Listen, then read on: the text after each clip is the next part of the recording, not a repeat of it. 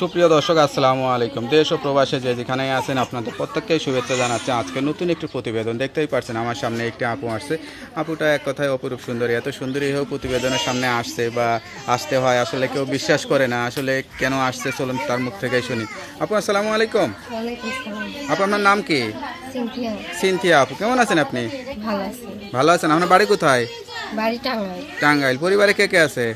পরিবারে ছোট একটা ভাই আছে আর মা আছে। বাবা বাবা- বিয়ে করে চলে গেছে। আপনি কি করেন? কিছুই করি না, বাসা বাড়ি কাজ করি। হ্যাঁ হ্যাঁ, বাসা বাড়িতে কি কাজ করেন? এমনি লেখাপড়া করেন নাই? বড় করি না টাকার জন্য। একটু করেন নাই? না, বয়স কত এখন? বয়স হলো 18। তো এত সুন্দর মেয়েরা বাসা বাড়িতে কাজ করে, মানুষ তো বিশ্বাসই করে না যে এরা আসলে টাকার অভাবে এখন করতে হয়। লেখাপড়া করার কথা, এখন মানুষের বাড়িতে কাজ করেন। কেমন লাগে? কাজ কাম করতে ভালো লাগে? ভালো তো লাগে না ভাই, কষ্টই লাগে। আচ্ছা আচ্ছা, তো কি চিন্তা করে আসছেন প্রতিবেদনে?